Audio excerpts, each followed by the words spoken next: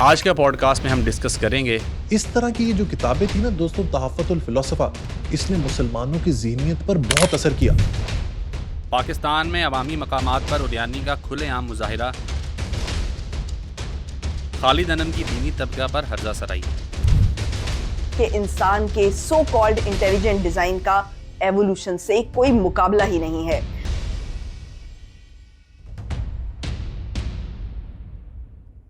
अस्सलाम वालेकुम। चलते हैं पहले क्लिप की तरफ।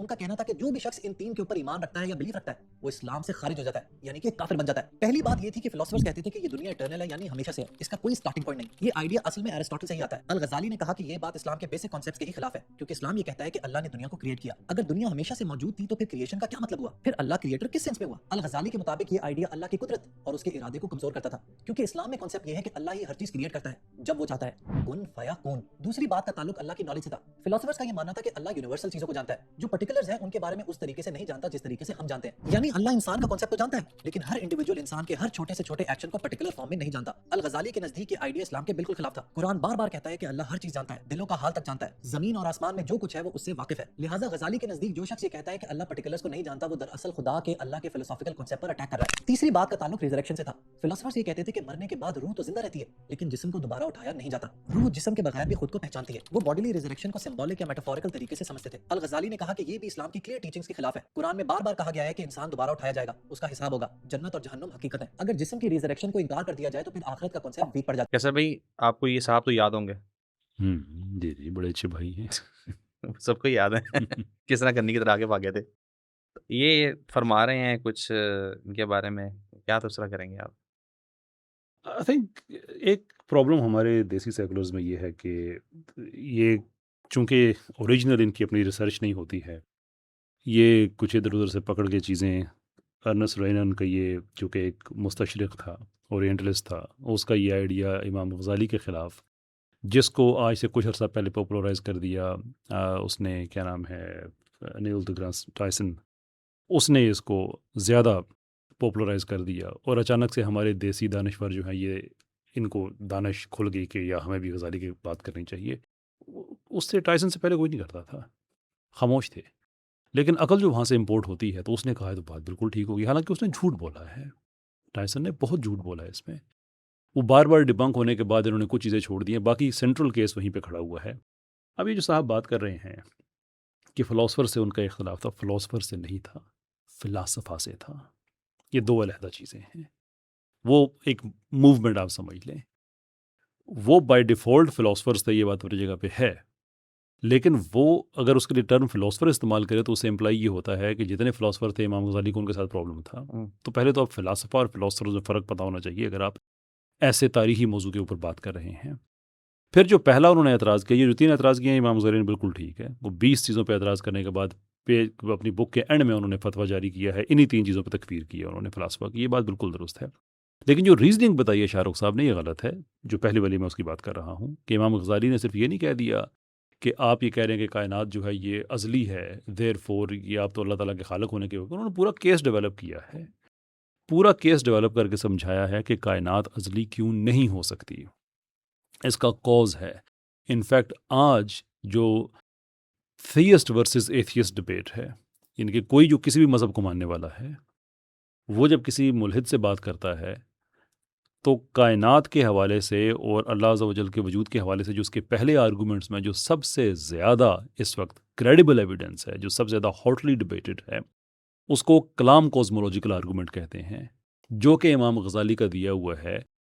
ईसाई मुनाज़िर और फ़िलासफ़र थियोलॉजियन विलियम लेन क्रेग, इस दौर में उन्होंने इस आर्गूमेंट को दोबारा रिवाइव किया और इमाम गज़ाली से भले इख्तलाफ है क्योंकि वो क्रिश्चियन हैं, हम मुस्लिम हैं, लेकिन फिर भी इमाम गज़ाली के एहतराम में उन्होंने कॉस्मोलॉजिकल आर्गूमेंट के साथ लफ्ज़ कलाम ऐड किया क्योंकि ये मुतकल्लिम थे।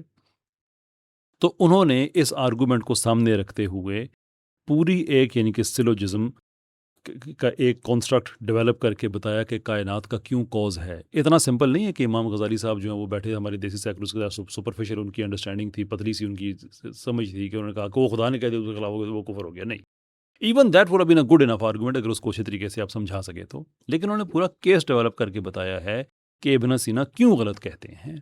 इब्न सीना की जो कन्फ्यूजन थी वो कायनात की इटर्निटी के हवाले से कुछ छोटी मोटी नहीं है, वो बहुत ज़्यादा है। और मुझे इब्न सीना से बहुत ज़्यादा हमदर्दी भी है कि वो खुद विक्टिम थे, बहुत ज़्यादा विक्टिम थे वो भी। वो जिसको ग्रीक फ़िलॉसफी समझ रहे थे, ये बात मैं कहने लगा हूँ कि ये अगर हमारे देसी सेकुलर्स के सर से ऊपर से गुजर जाए तो शिकवा ना कीजिएगा। फ़ाराबी और इब्न सीना के ख़्याल में वो जो ख़ालिसतन ग्रीक फ़िलॉसफी है, वो उसको एक्सप्लोर कर रहे थे। ये तो बहुत बाद में पता चला कि वो इन्फ्लुएंस थी हेलेनिस्टिक फ़िलॉसफी से, वो ख़ालिस नहीं थी। लेकिन उसको समझ रहे थे, उसको उन्होंने ठीक है समझ लिया। हम भी आज आम तौर पे यही कह देते हैं एरिस्टोटेलियन फ्रेमवर्क, हालाँकि वो प्योरली एरिस्टोटेलियन फ्रेमवर्क भी नहीं है, इन्फ्लुएंस्ड है हेलेनिस्टिक से। तो कहने का मतलब ये है कि उन्होंने अपना एक आर्गूमेंट दिया कि कायनात अज़ली है, वो पूरा उन्होंने आर्गूमेंटेशन दी विद विच वी डिसएग्री, लेकिन वी रिस्पेक्ट के बहरहाल एक इंटेलेक्चुअल काम था। गज़ाली ने उसके मुकाबले में एक इंटेलेक्चुअल काम बताया है। उसको इस तरह से सिंप्लीफाई कर देना, ये तो कोई बात ना हुई। बाकी जो 2 बातें हैं उस पे भी इमाम गज़ाली ने तकफ़ीर की, और इमाम गज़ाली का जो तकफ़ीर की उसमें इमाम गज़ाली ने तकफ़ीर करते हुए उन्हीं के ही आर्गूमेंट्स को यूज़ किया है कि तुम जो कहते हो, तो अल्लाह अज़्ज़ा वजल के हवाले से पूरी लंबी तफ़सील बयान की है। पर्टिकुलरली ये जो हमारी जो जो वीडियो का जो मेन मकसद था, ये उस पूरी किताब में ये डिस्कशन नंबर 17 है, खर्क़ आदत के हवाले से। उसके अंदर कुछ बातें, मेन तो उस वीडियो पे वो बातें थी, बीच में ज़िमनी तौर पे बातें आती हैं, अगरचे इसको डिफरेंट जगह पे एड्रेस किया गया किताब में।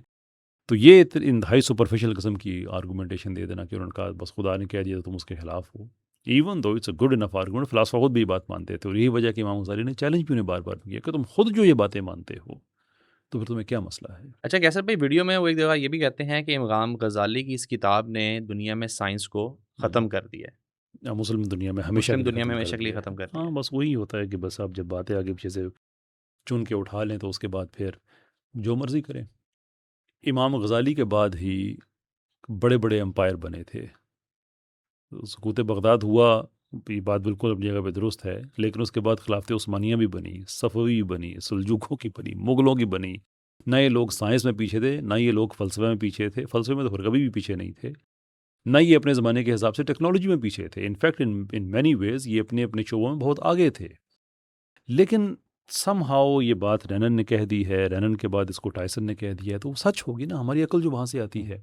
हम क्यों ये इस चीज़ को देखें कि तक़ियुद्दीन का स्टीम इंजन उसके बाद बना था? हम क्यों इस चीज़ को देखें कि जो ये बना था हमारा क्या कहते हैं जो आज हम जिस हीलियोसेंट्रिक मॉडल जिसको हम ठीक समझते हैं, कोपरनिकस इसको जियोसेंट्रिक मॉडल से निकाल के हीलियोसेंट्रिक में लेके आया था, तो हम क्यों इस चीज़ को देखें कि उसने जिन चीज़ों से मुतासर होकर बातें कही थी, उनके पीछे इब्न अशातर हैं, गज़ाली के बाद के हैं वो। हम क्यों इन चीज़ों को मेंशन करें कि इब्न नफीस ने जो गैलियन आइडिया था कि हमारा जो कार्डियोवास्कुलर सिस्टम कैसे काम करता है, उसको इम्प्रूव करके दुनिया को दिखाया था कि ये इस तरह से काम करता है। हम क्यों मेंशन, वो भी गज़ाली के बाद के थे। हमारी ये जो इतनी बड़ी-बड़ी एस्ट्रोनॉमी में जो इतनी बड़ी-बड़ी हमारी ऑब्जर्वेटरीज़ बनी हैं, मरागा में बनी, क्यों हम उसको मेंशन करें भाई, जो इमाम गज़ाली के बाद में बनी थी? क्यों हम मेंशन करें ये जो दुनिया में आज भी लेटेस्ट नेविगेशन सिस्टम है, ये गज़ाली के बाद आने वाले मुसलमानों का बनाया हुआ था, जिससे उस दुनिया की शिपिंग का सारा ऑपरेशन चलता था। क्यों ये बातें हम मेंशन करें? मैं लिस्ट दिखा चुका हूँ कि मुसलमानों की तरक्की इमाम गज़ाली के बाद ज़्यादा हुई है। पहले कम थी in terms of science and technology development जो थी। पहले भी थी, मैं नहीं कहता नहीं थी, बाद में बहुत ज़्यादा थी। लेकिन हम क्यों मेंशन करें कि हमारे इल्म का किबला इससे दागदार हो जाता है, यानी कि टायसन, रेनन ये वगैरह जहाँ से हमने अकल हासिल की, तारीख को छोड़ें। वेस्ट में जो लोग बैठे हैं इवन उन्होंने इस चीज़ के बारे में इतनी मतलब पिन पॉइंट करके उन्होंने बताया है कि क्या-क्या चीज़ें हुई हैं इमाम गज़ाली के बाद। जो गज़ाली के एक्सपर्ट है, कभी उनको पढ़ें तो सही। कभी डॉक्टर शोएब मलिक को तो पढ़ें, कभी ग्रिफिल को पढ़ें, मारबूरा को पढ़ें। यू विल अंडरस्टैंड कि असल में वो तारीख थी कैसी, पॉपुलर नैरेटिव वेस्ट की दुनिया में ख़त्म हो चुका है। लेकिन हमारे ये आउट ऑफ डेट, क्योंकि टायसन ने ये झूठ बोल दिया है, तो हम क्यों ना बोलें, वो सच्चे लोग होंगे। बात सिर्फ इतनी है, ये हमारा देसी सेकुलर इल्म और अकल के एतबार से अभी तक इतना पीछे है कि इसे खुद नहीं पता, और यही बड़ा मसला है। ये अपनी जहालत में पूरा एतमाद है। That is very sad. Ghazali के ऊपर बात कर आपने करनी है और हिस्ट्री को डिनाई करना है। How does that even make sense? I have no idea. But आप ऐसा क्यों सोचते हैं कि फ़लसफ़ा और मज़हब या फ़लसफ़ा और दीन जो है, बिलखसूस। या वो दोनों एक सेम चीज़ हैं। दुनिया तो पूरी यही कहती है कि फ़लसफ़े की जो राह है, उसमें मज़हब रोड़े अटकाता है। या अगेन अगर आप सुपरफिशियल लेवल पे अगर आपने यूट्यूब से 2-4 लेक्चर देखे हैं फ़लसफ़े के, तो आप ऐसी बात करेंगे। क्योंकि इससे आप अज़्यूम ये कर रहे हैं कि जैसे मज़हब सर्टेन टर्म्स एंड कंडीशंस के साथ आता है, ऐसे ही फ़लसफ़ा भी सर्टेन टर्म्स एंड कंडीशंस के साथ आता है। ये बात ही गलत है। फ़लसफ़े को सिवाय इसके कि इल्म से मोहब्बत, इसके बियॉन्ड हम कोई डिफ़ाइन ही नहीं कर सकते। ये हमारी जो जितने आप कह रहे कि पिछले 300-400 सालों के, 400 से ज़्यादा हो जाता है, 300 सालों के आप कह रहे जो फ़िलॉसफ़र्स हैं, ज़्यादा ये क्या काम करते आए हैं? ये पिछले फ़िलॉसफ़रों को गलत साबित करते आए हैं। मेन जो इनका काम है, कांट की आप ग्रीक फ़िलॉसफ़ी के ऊपर आप तनकीद पढ़ें, इंसान हैरान रह जाता है। बाद में आने वाली की उस पे पढ़े जब बात चली जाती है मिसाल के तौर पे विटकिंस्टाइन तक, विटकिंस्टाइन के मुताबिक तो ये सारे ही फ़ारग थे। मैं क्लोकली कह रहा हूँ। Because he had the idea कि जब लैंग्वेज में वो एक्सप्रेशन आप कंटेन ही नहीं कर सकते जो आपके इनर सेल्फ में पाया जाता है, then how do you know कि आप क्वेश्चन को ठीक तरह से एड्रेस कर रहे हैं? बिकॉज़ आप क्वेश्चन को ठीक तरह से आर्टिकुलेट नहीं कर सकते, आप उसको एक्सप्रेस नहीं कर सकते। Tractatus is a very difficult book to read, जिसमें उन्होंने इन सारे जितना फ़लसफ़ा पीछे था ना सब, तो मैं आपसे अर्ज़ करने का मतलब ये है कि जब फ़लसफ़े के अंदर हमें इतनी इलास्टिसिटी नज़र आती है, तो हम उसको डिफ़ाइन करके फिर कैसे कह सकते हैं कि ये मज़हब के साथ मुताबिकत रखेगा या नहीं रखेगा? तो बहुत से फ़िलॉसफ़र ऐसे हैं जो मज़हब के साथ मुताबिकत रखते हैं। इनफैक्ट बहुत से फ़िलॉसफ़र ऐसे हैं जो मज़हब के खिलाफ बातें करते हुए मज़हब को मानते हैं। Kierkegaard is great example of that. खुदा को मानने वाले फ़िलॉसफ़र थे वो, लेकिन एक्जिस्टेंशियलिज़्म का बाप कहा जाता है। नीत्शे वगैरह ने सब उन्हीं से मुतासर होकर अपना जो एक्जिस्टेंशियलिज़्म है वो डेवलप किया है। चलते हैं दूसरे क्लिप की तरफ।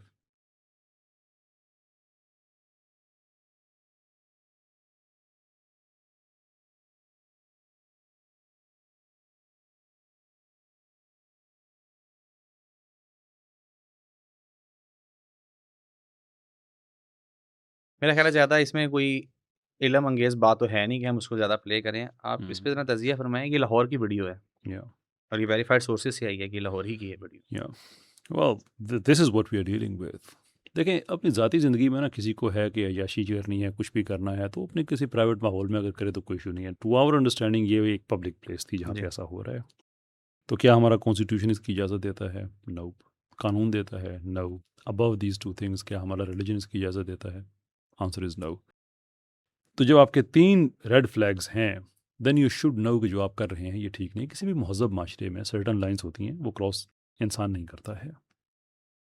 अब इस पे बात करना इसलिए ज़रूरी है, इसलिए नहीं कि इसके अंदर कोई इल्मी बात है, वो ऐसी बात नहीं।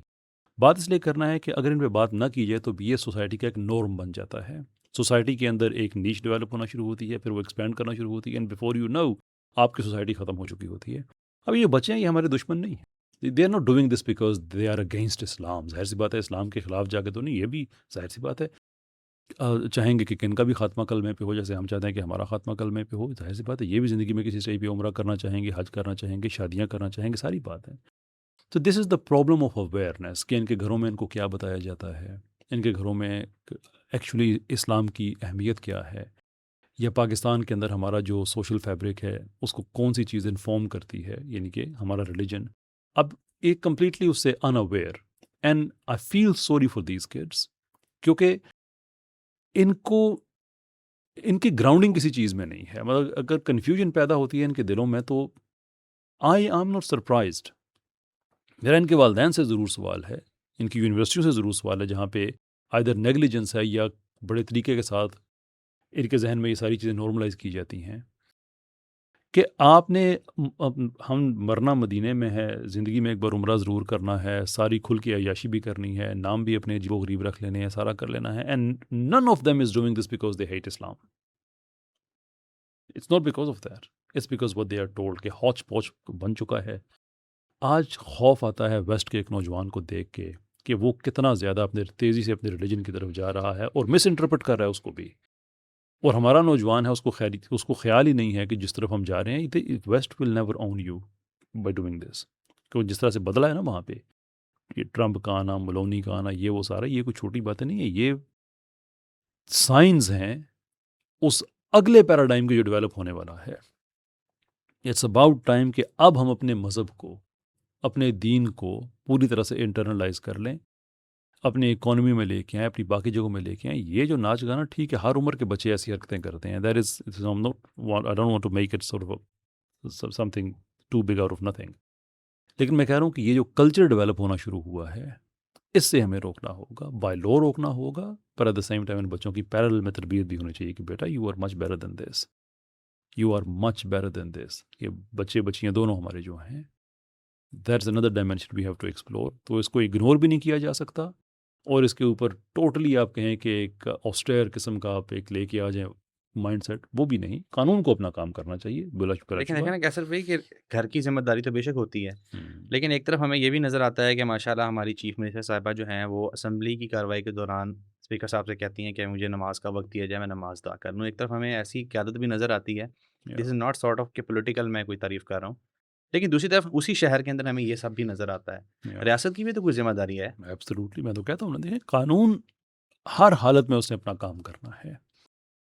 कानून की सबसे, कानून देखें ना, one of the beauties of the law और one of the weaknesses of the law, जैसे भी आप उसको देखना चाहें, कि उसके अंदर लचक नहीं होती है, और ऐसे ही आप सोसाइटीज़ को प्रिजर्व करते हैं। ऑब्वियसली हम इस्लामिकली ये समझते हैं कि rule of justice is always above the rule of law. कानून अगर जस्टिस को प्रिजर्व ना कर सके तो वो जुल्म है, ड्रकोनियन है, इसमें कोई शक नहीं है। लेकिन पाकिस्तान में जो लॉज बने हुए हैं वो तो सबको क्लियर है ना, सबको क्लियर है कि इसके अंदर कोई जुल्म नहीं, किसी के साथ ज़्यादती नहीं है, उसको अप्लाई करना ज़रूरी है। और फिर इस तरह के माहौल में तो वैसे भी बहुत ज़रूरी हो जाता है कि एक तो ये बच्चे हमारा असासा हैं, दूसरी बात इसके अंदर एक क्लास फैक्टर आ जाता है।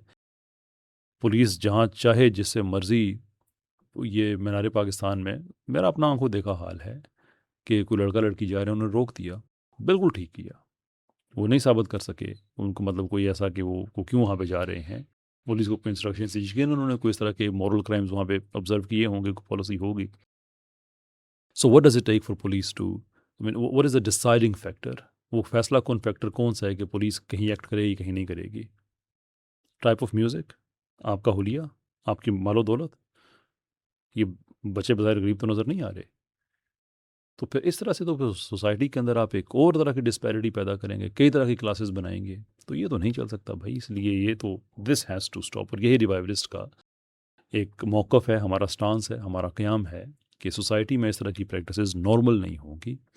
अगर होंगी तो वो जुर्म होगा, वो गुनाह होगा, उसको भी रोका जाएगा। It will never be normalize in Pakistan इंशाल्लाह।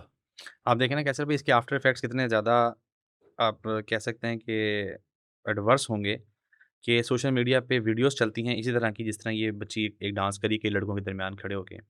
एज़ अ मीम चल रही होती है, ऊपर लिखा होता है समवन्स फ्यूचर वाइफ। हुँ, सो या, कल कोई क्या फैमिली की बुनियाद बनेगी? और फिर आप देखें आपके सामने अभी हम पिछले दिनों भी बात कर रहे थे कि डाइवोर्स रेशो लाहौर के अंदर भी पर डे कोई 300 तक पहुँच चुकी हुई है, 300 केसेज़ फाइल हो रहे हैं। हुँ। सो ये फिर किस सोसाइटी की तरफ हम जाएँगे अल्टीमेटली? इवेंचुअली तो एक लॉलेस सोसाइटी होगी जिसमें एक इंडिविजुअलिज़्म पे बेस होगी, और दुनिया में अच्छे लोग वो होते हैं जो किसी और को देख के सीख रहे होते हैं। तो वेस्ट में अगर लोग इंडिविजुअलिज्म से ख़त्म होकर आहिस्ता-आहिस्ता दे दे स्टार्टेड टू अंडरस्टैंड कि यार ये चीज़ ठीक नहीं है। ट्रैड वाइफ्स का वहाँ पे काउंट बढ़ना शुरू हो गया है, ट्रेंड बनना शुरू हो गया है, बढ़ना शुरू हो गया है। वहाँ पे ख़वातीन आहिस्ता-आहिस्ता दे दे बिलीव कि जो फैमिली की वैल्यू है वो उसको हम छोड़ नहीं सकते हैं। डिप्रेशन जितना हमने देख लिया है, जो ये लोनलीनेस है, तन्हापन है, ये मेंटल इलनेस उसमें आपकी वजह से जितने होते हैं, तो people of slowly slowly they have started to realise कि फैमिली की क्या अहमियत है। एक क्लियर हमें वहाँ पे पैटर्न नज़र आता है कि जो लोग जितने फाइनेंशियली स्टेबल होते हैं वो ज़्यादा से ज़्यादा शादियों की तरफ जाते हैं। जो आम तबका है जो अमीर नहीं है, और वेस्ट में आम लोग अमीर नहीं है, गुर्बत वहाँ पे ज़्यादा है। हाँ, ओवरऑल गुर्बत की आप कह सकते हैं जो लाइन है वो काफ़ी ऊपर है हमारे यहाँ। लेकिन at the end of the day महीने के आखिर में पैसे अगर कहें कि बचे हुए हैं, तो हमारे पास शायद फिर कुछ ज़्यादा पैसे बच जाते हों, वहाँ पे तो बचते भी नहीं हैं। उन लोगों में आपको ये रवैया ज़्यादा नज़र आएगा। तो हमें उनसे सीख लेना चाहिए कि जहाँ पे individualism is never the answer. इंसान कलेक्टिव बीइंग है, इसने कलेक्टिव सिस्टम के अंदर ही रहना है, और हर कलेक्टिव सिस्टम इंसान का शादी के दायरे से ही स्टार्ट होगा। तो ये कह रहे हैं समवन्स फ्यूचर वाइफ, बिल्कुल वो ठीक क्रिटिसाइज़ कर रहे हैं। चलते हैं नेक्स्ट क्लिप की तरफ। एक सेल से इंसान का इर्तिका कोई ऐसी नाकाबिले यकीन बात नहीं जैसा कि बाज लोग साबित करने की कोशिश करते हैं। जो शख्स एक सेल से इंसान तक के सफर के इम्कान पर शक करता हो उसे अपनी पैदाइश के अमल पर गौर कर लेना चाहिए। उसके बहुत से शक खुद ब खुद दूर हो जाएंगे। एक वाहिद सेल से इंसान तक का सफर माँ के पेट में सिर्फ 9 महीनों में मुकम्मल हो जाता है और सिर्फ इंसान ही नहीं बल्कि हर जानदार जिस्म एक वाहिद सेल से तामीर होता है और इस तामीर के दौरान जेर तामीर जिस्म में इर्तिका की मुख्तलिफ स्टेजेस की झलकियां भी जाहिर होती हैं। मिसाल के तौर पर ह्यूमन एम्ब्रियो की गर्दन पर ऐसे उभार नमूदार होते हैं जो मछलियों के गिल से मुशाबे होते हैं और इस एम्ब्रियो की एक वाज़ेह दुम भी होती है। यानी इंसानों और दीगर जानदारों की तामीर का अमल किसी भी लिहाज से सो कॉल्ड इंटेलिजेंट डिजाइन से मुनासबत नहीं रखता कि जिसमें मुख्तलिफ पार्ट्स को बनाकर जोड़ दिया जाता है। इंसान का मसला यह है कि वो अपने आप को बहुत तोप चीज समझता है। वो समझता है कि जिस अंदाज से वो चीजें बनाता है वो अंदाज तख्लीक की मिराज है, इसीलिए अपने तख्लीकी अमल को वो इंटेलिजेंट डिजाइन कहता है और एवोल्यूशन को इंटेलिजेंट डिजाइन की निस्बत घटिया प्रोसेस समझता है। वो कहता है कि इर्तिका को मानने का मतलब है कि इंसान बंदर की औलाद है, लेकिन वो ये भूल जाता है कि बंदर का हयातियाती मकाम एक वाहिद सेल की निस्बत बहुत ऊंचा है और तमाम इंसान एक सेल से बनते हैं, माँ के पेट में भी और जमीन की गोद में भी। और तख्लीक का ये अंदाज इंटेलिजेंट डिजाइन की निस्बत अरबों खरबों गुना ज्यादा अजीम है, लेकिन जो लोग खुदाई फितरत की तख्लीकी बुलंदियों को समझ नहीं पाते वो उसे अपनी पस्तियों में गिराने की कोशिश करते हैं, उसे अपने जैसा मामूली इंजीनियर बताकर अलीमो हकीम खालिक साबित करने की कोशिश करते हैं। लेकिन हकीकत यह है कि इंसान के सो कॉल्ड इंटेलिजेंट डिजाइन का एवोल्यूशन से कोई मुकाबला ही नहीं है। जरा तसव्वुर कीजिए कि एक गाड़ी को इंटेलिजेंट डिजाइन की रिवायती इंजीनियरिंग की बजाय इर्तिकाई अंदाज से बनाया जाए, तो इस सूरत में महज गाड़ी के मुख्तलिफ पार्ट्स बनाकर उन्हें आपस में जोड़ देना काफी नहीं होगा, बल्कि सबसे पहले आपको एक ऐसा सेल तख्लीक करना होगा जो कि माइक्रोस्कोप के नीचे भी मुश्किल से नजर आए। इस सेल के अंदर आपको गाड़ी के हर पुर्जे की मॉलिक्यूलर लेवल तक मुकम्मल इंफॉर्मेशन महफूज करनी होगी। फिर इस सेल में आपको एक ऐसी नैनो फैक्ट्री नस्ब करना होगी जो इस तमाम इंफॉर्मेशन को पढ़ सके। ह्यूमन एम्ब्रियो से होते हैं, बल्कि ह्यूमन नहीं, ह्यूमन एम्ब्रियो की शक्ल में हैकल एम्ब्रियो दिखाते हुए गाड़ियों पे आ गई हैं वो। यार इस कदर एतमाद से जाहिल होना ये देसी सेकुलर्स का ही खासा हो सकता है। आई जस्ट कांट बिलीव कि ये क्यों ज़हनी तौर पे इतने थके हुए। ये बीबी ने जितना प्रोसेस बता दिया है ना, इसका एवोल्यूशन से ताल्लुक ही नहीं है सिरे से।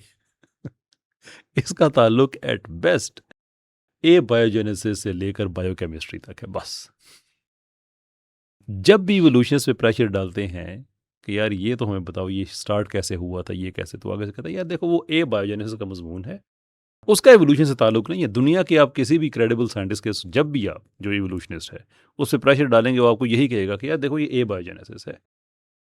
हमारी ये इंजीनियर साहब की स्टूडेंट हैं और हरकतों से लगता है कि उन्हीं की स्टूडेंट हो सकती हैं कि जिसका ताल्लुक इवोल्यूशन से है ही नहीं, जो इन्होंने पूरा नैनो फैक्ट्री बता दी है और सेल्फ रेप्लिकेशन का ये वो सारा कर दिया है। ओ भाई यही तो RNA वर्ल्ड आप देख लें, उसका ये हाइपोथेसिस है बाय द वे। ये फर्स्ट सेल जो है ये हाइपोथेसिस है जिसको इन्होंने इवोल्यूशन करके बता दिया है। इवन अगर ये इवोल्यूशन का हिस्सा भी हो तो फिर भी हाइपोथेसिस है, इसका कोई एविडेंस नहीं है, नन व्हाटसोएवर, जीरो, नाडा, नथिंग।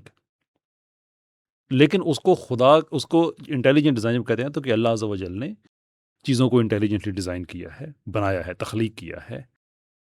ये एक ऐसी फ़िक्री पस्ती पे हम आ चुके हैं, फ़िक्री गुर्बत, बल्कि डेस्टिट्यूशन कहना चाहिए, गुर्बत की भी जो इंतहाई किस्म है, उस पे आ जाना हमें कि किसी तरह से इवोल्यूशन को हम ठीक साबित करके एंड में उसके ऊपर खुदा का ठप्पा लगा दें कि खुदा देखो ना, इंटेलिजेंट डिज़ाइनर तो फेल होता ही होता है। वो पहली बात है कि इवोल्यूशन को अगर आप कह रहे हैं सुपीरियर है, तो इवोल्यूशन का फेलियर रेट पता है?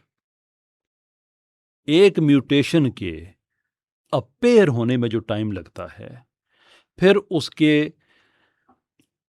उसकी नेचर उस म्यूटेशन की क्या है कि डेलिटेरियस है, बेनिफिशियल है या न्यूट्रल है। फिर उस म्यूटेशन के बाद अगर उसकी कोई कोऑर्डिनेटिंग म्यूटेशन आ जाती है तो फिर आगे कोई ना कोई उसका फ़ायदा होगा। बल्कि कोऑर्डिनेशन को भी छोड़ दें, वो म्यूटेशन भी जब एक स्पीशीज़ एक जानदार के अंदर आएगी, उसके बाद वो रैंडम ड्रिफ्ट का शिकार हो जाए तो आगे कहीं जाए ना, बात ही ख़त्म हो जाए, ये भी पॉसिबल है।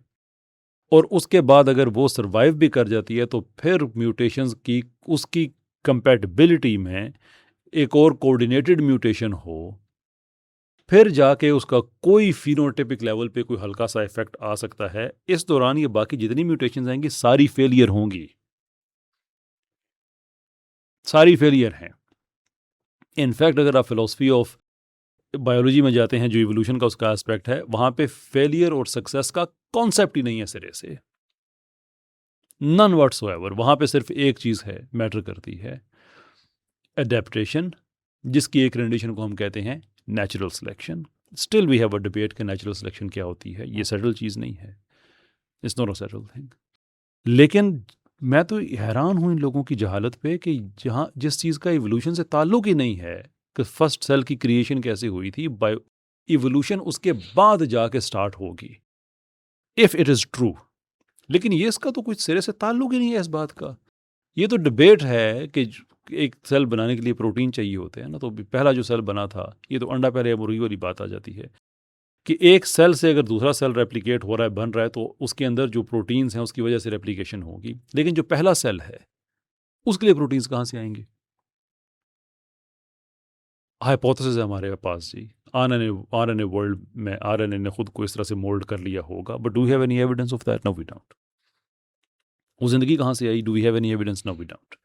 हमारे पास मुख्तलिफ हाइपोथेसिस हैं इधर उधर, इसी वजह से वो इतने वीक हैं कि उनको सेपरेट किया हुआ है एवोल्यूशन से।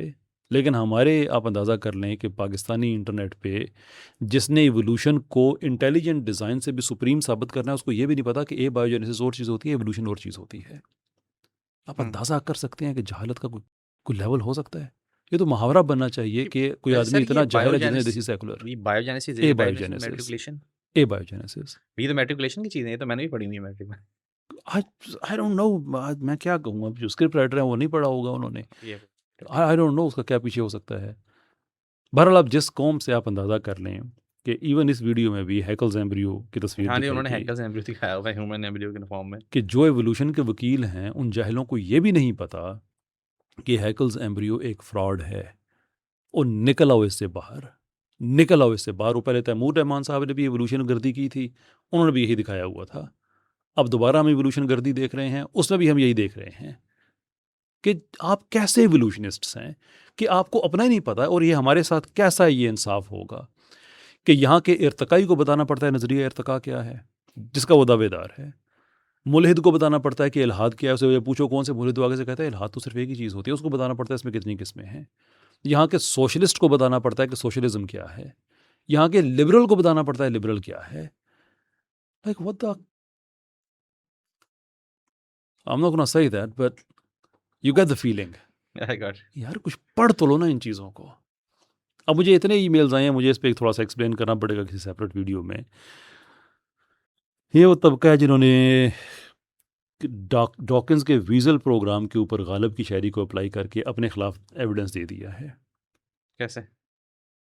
अगर इर्तका का कोई नज़रिया, उसकी डायरेक्शन ही नहीं है, अगर natural selection there is no telos stochastic, ये टर्म्स यूज़ होती हैं, टेलियोलॉजी इसमें मैटर नहीं करती। यानी कि अगर मेरे पास आपका जिस्म है और मेरे पास बायोलॉजिकल सारे ऑर्गेनिज्म, सारे अज्जाए तरकीबी मौजूद हैं, तो मेरे पास आपका मॉडल मौजूद है ना कि मुझे ये वाला चाहिए भाई, तो उसके पास डायरेक्शन आ गई, समत आ गई कि मैंने इसको कॉपी करना है।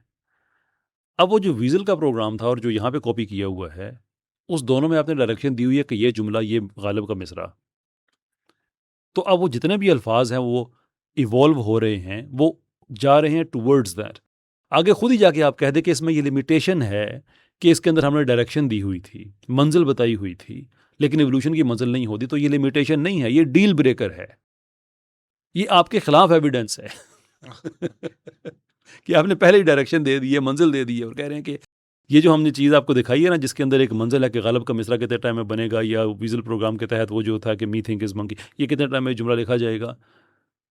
इससे हम ये साबित कर रहे हैं, यानी कि इस प्रोग्राम को हम एक मंजिल दे के ये साबित कर रहे हैं कि इर्तिका की मंजिल नहीं हुआ करती है। Like who the are you people. चलते हैं अगले क्लिप की तरफ। अगला क्लिप हमारा जो है वो बेसिकली ट्वीट है। कैसा भी डेली औसाफ ने ये तहरीर किया है कि खालिद अनम साहब पाकिस्तान में होते हैं, पाकिस्तान की इंडस्ट्री से ताल्लुक़ रखते हैं। इन्होंने फरमाया है कि मौलवी हज़रात से गुजारिश है कि हम बहैसियत कौम जहन्नम की गहराई, जन्नत की लंबाई, हूरों की तादाद और तमाम बरकतों वाले वज़ाइफ ज़हन नशीन कर चुके हैं। अब बराए मेहरबानी हमें अखलाकियात सिखाएँ ताकि हम इंसान बन सकें। कि मैं वो मौलवी से मिलना चाहूँगा जो ज़िंदगी में इनको यही बातें बताता रहा है। औसाफ ने रिपोर्ट किया है, मैं खुद तो खालिद साहब के हवाले से मुझे नहीं पता उन्होंने बात कही है नहीं कही, तो आज सही this is in the alternative कि अगर उन्होंने ये बात कही है तो, और अगर नहीं कही तो आमतौर पर ये तबका ऐसी बातें कहता तो रहता ही है। अब बात एक बड़ी सिंपल है कि मौलवी ने आपको बता दिया जनाब कि हूरें कैसी हैं, दोज़ख की घरें कैसी है, हमें अब अखलाकी बातें बताएं। तो मौलवी साहब ने कभी ये नहीं सुना कि ये जो आपका इख्तलात है मर्द व ज़न का, ये गैर अखलाकी बात है। अब मौलवी को पूछ के ये सारे महरम गैर महरम आपस में मिक्स हुए हुए होते हैं, आप लोग पार्टियां कर रहे होते हैं, ड्रामे इकट्ठे बना रहे होते हैं और आर्ट वर्क इकट्ठा हो रहा होता है, गाने नाच गाना सारा जो कुछ कर रहे होते हैं। मौलवी साहब ने कभी नहीं सुना कि ये बद अखलाकी की चीज़ है। अगर सुना हुआ है तो उस पर अमल करें, नहीं सुना तो क्यों नहीं सुना भाई? You should have. It can not be argument कि नहीं हमने सुना नहीं है। तो जो अखलाकी ज़िंदगी जिसकी आप बात कर रहे हैं, what do you think what is that अखलाकी ज़िंदगी? क्या मौलवी आपको क्या बताता है चोरी करो, मौलवी आपको बताता है बद अखलाकी की ज़िंदगी तो आप लोग गुजारते हैं। सियासी तौर पे बद अखलाकी की ज़िंदगी आप लोगों की है। एवरीडे लाइफ जो आप लोग पैसा कमा के लेके आ रहे हो, इसके अंदर बद अखलाकी है। हर वो चीज़ जो आप करते हो, बस मौलवी जिसने पाकिस्तान में थोड़ा सा कूल बनना है ना, हुँ। यार मौलवी को पकड़ लो, इसको रगड़ दो, इसको ये कर दो, उसको कर दो। खुदा का खौफ करो। सारी ज़िंदगी जो आदमी नाचने गाने का काम करता रहा, वो भी एंड में कह रहा है यार मौलवी ने मुझे अखलाक नहीं सिखाया। इस पे और क्या बात कही जा सकती है? What can we say more about it? I think I'm just gonna go quiet on this. क्या इससे ज़्यादा बंदा कहे? चलें, thank you so much for your time. Thank you.